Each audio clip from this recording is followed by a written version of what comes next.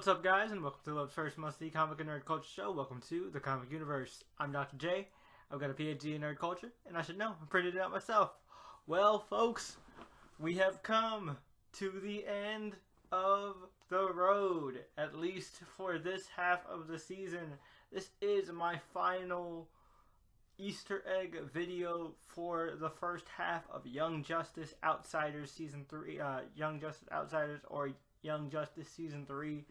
It has been quite the journey, and it's been a lot of fun with you guys just to talk Easter eggs and possible season story predictions given by the Easter eggs.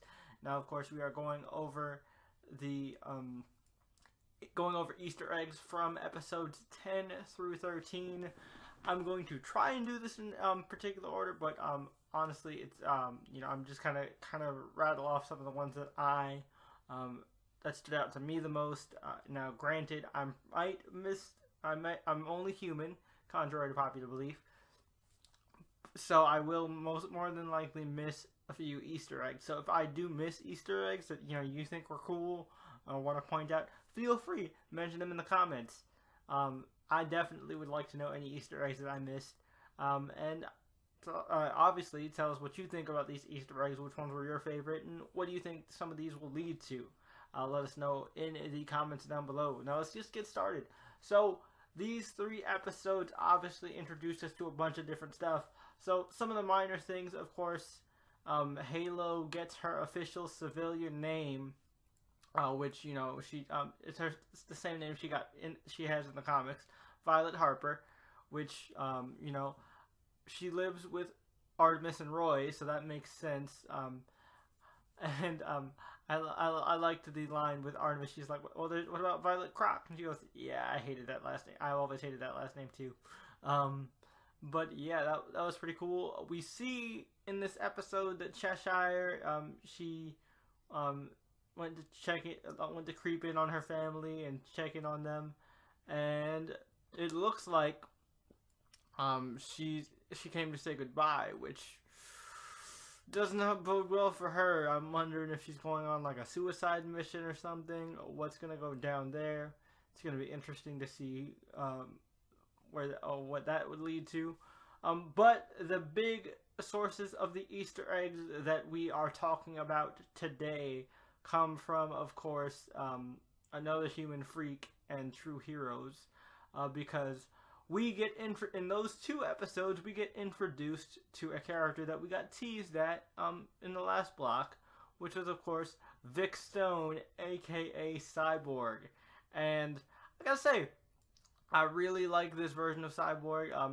Same basic character premise, same daddy issues, but this time, instead of merging him with a mother box, they actually merge him with a father box, which gives him almost kind of a Terminator type of like on switch. It kind of reminds me of like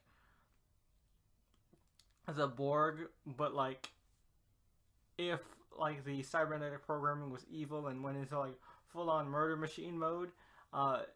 It's really interesting, and we see, of course, Halo's connect. We also get more information on Halo. We find out that Halo is actually a living mother box that is kind of taken refuge in the human body of Gabrielle Dow.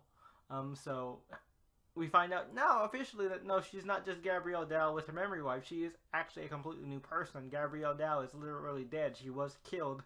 We saw her die in that episode, so that's pretty interesting. We got the full backstory on that, and we get to see basically that because of her connection to Victor's cybernetics being created by a father box and her being a mother box, she's able to cleanse and like basically calm down the murder mode set on Vic's apocalyptic tech.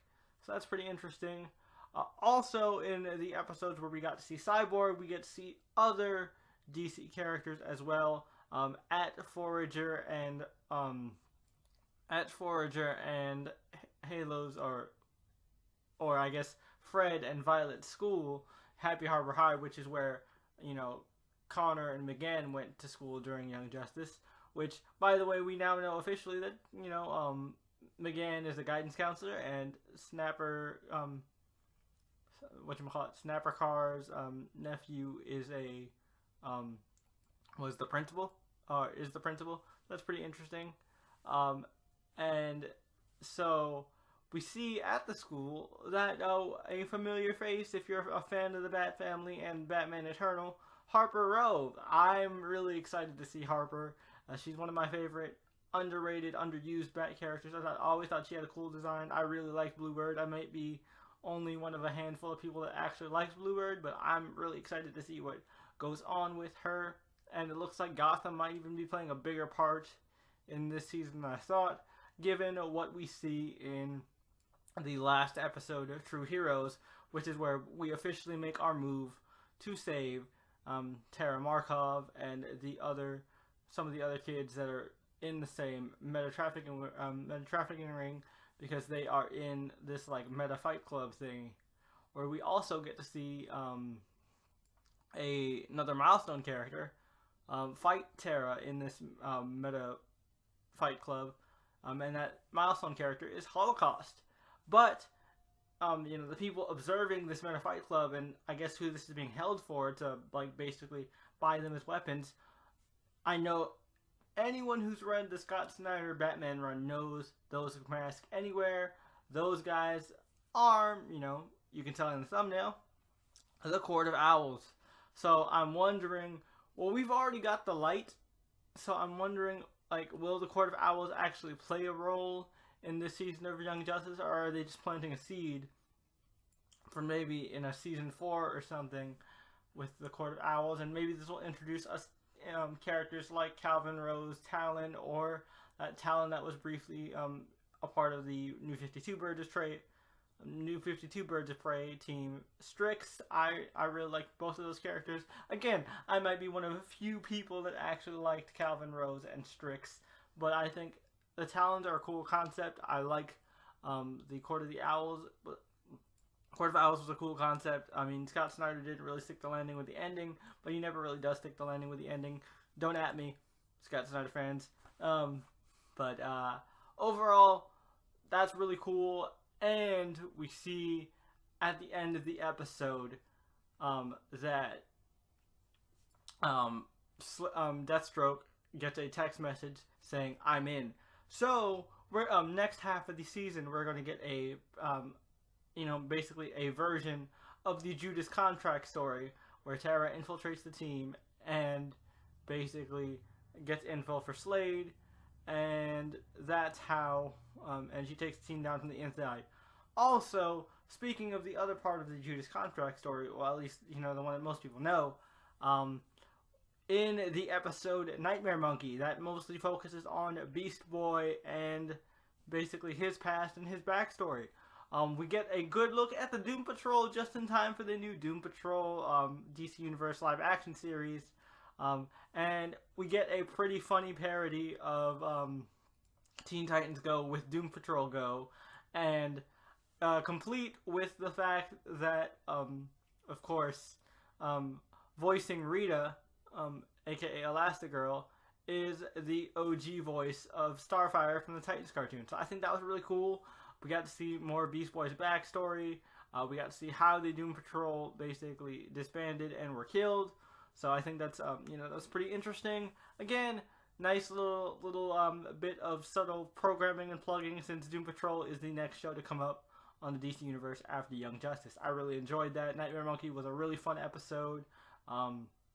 And we get to see that Beast Boy is officially going to join back up with the team.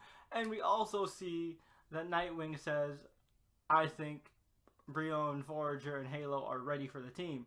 So we'll finally get to see, our little group mix in with the Young Justice team, with Cassie, Virgil, Tracy 13, all of them.